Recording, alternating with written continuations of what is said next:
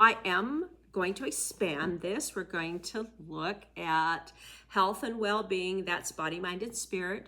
We're going to look at love and relationships, and then we're going to do kind of that career stability look too.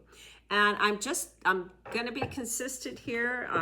These have been shuffled, but we are going to stick with the Rider-Waite Smith. And this Everyday Witch Tarot is very Rider-Waite Smith based, which I really like.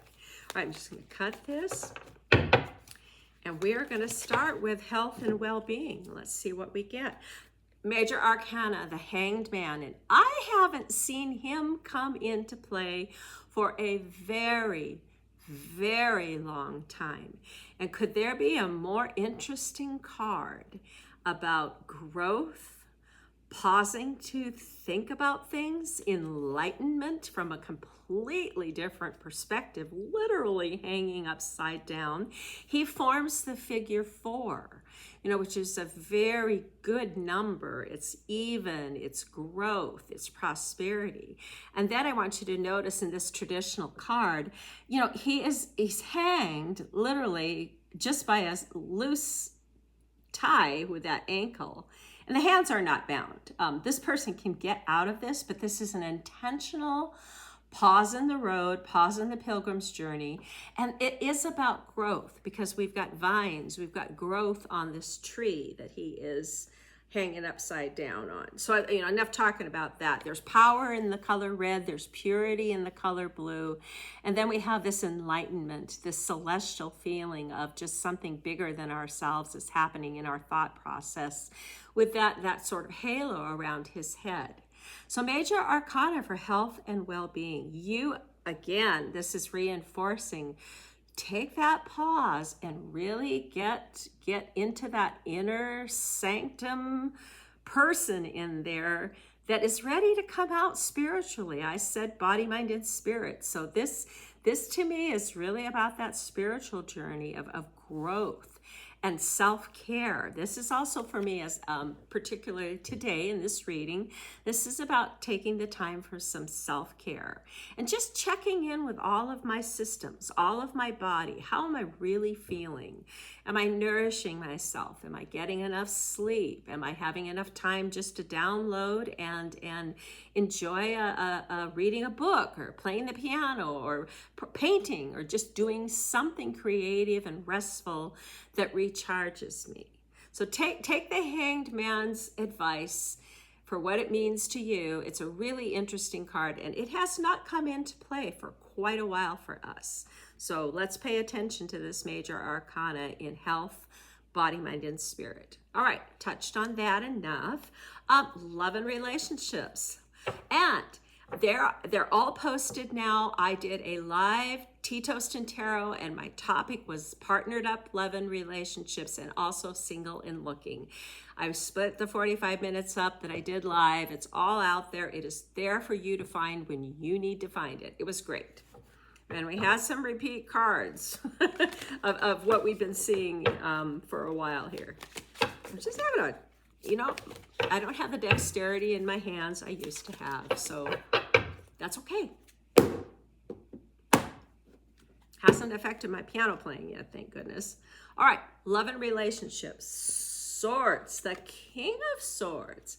Haven't had him in a while either. We've had our Queen pop up. All right, communication. And I love this because I don't know if you can see it, but to me, these look like butterflies in the throne. And that is metamorphosis, that is growth, that is change. Our King of Swords is really rather outsized and sitting sort of on the edge of a cliff, but he's looking pretty calm. He's wearing that robe of blue purity and the royalty of the purple cape. But the King of Swords is a reminder in a more gentle way in my mind than the Queen of Swords about our communication skills, telling it as it is. The King to me is more subtle than the blunt Queen of Swords that's going to come in swinging. But he is really a figure of leadership, calmness again. I like that we're getting him along with the Hierophant. And I know this was about health, body, mind, and spirit, and this is about love and relationships, but everything's connected in how we communicate with other people. So the King of Swords, it might be time to actually have that conversation. And if you are sitting in this throne, you have some power, don't abuse it. Listen. That is one, flaw of the court cards with swords is remembering that equal time, equal opportunity, and I'm going to go back to justice here on this, and having a conversation that needs to happen. If you are partnered up, perfect.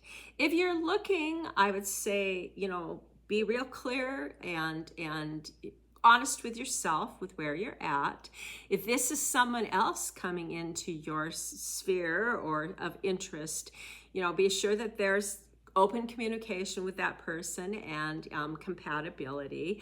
I love that in our weekly reading, we did get the Ten of Pentacles. It's grounding everything I'm seeing here for us in all of these areas. In the health, mind and body and spirit, good things are happening here. And none of these other cards, are any counter indication to that. But I'm going to pull up the Knight of Swords, that restless sort of impulsive energy. The King of Swords is helping balance that out in the relationship and communication area for me. All right, single and looking, I would say just be really sure that you're finding who you are and you're at peace with past relationships, issues, drama. That's come up several times. I think justice is really in your corner. I think justice may have come in a love reading. Might have been judgment, might have been justice, can't remember. But just this calm, thinking it through. I think you're ready if you're single and looking. The leadership feeling is here with the King of Swords. So if that resonates, go for it. All right, we're going to transition now to that career, what makes us feel stable. And it's not always about what we do to make money. It's how we find fulfillment in our lives, day to day, okay? I'm just going to cut this time. Just take a card on the top. The Fool. Oh man, we haven't had the Fool in a while either. And I like to call this the Pilgrim because really we're on that quest for maturation in our spirit, our relationships, our health, everything. And the beautiful Fool is ready to step out lightly loaded. Set down those burdens. Do this with that beautiful white rose in your hand.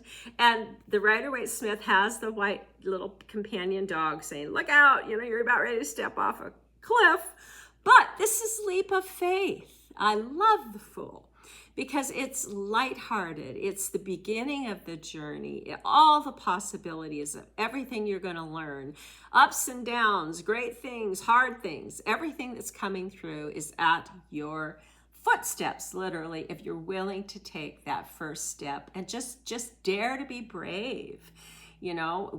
Anything new that's coming into your life that you're thinking about, you're getting the message very clearly, and a lot of support here with these other cards, that it is time to step out and really explore.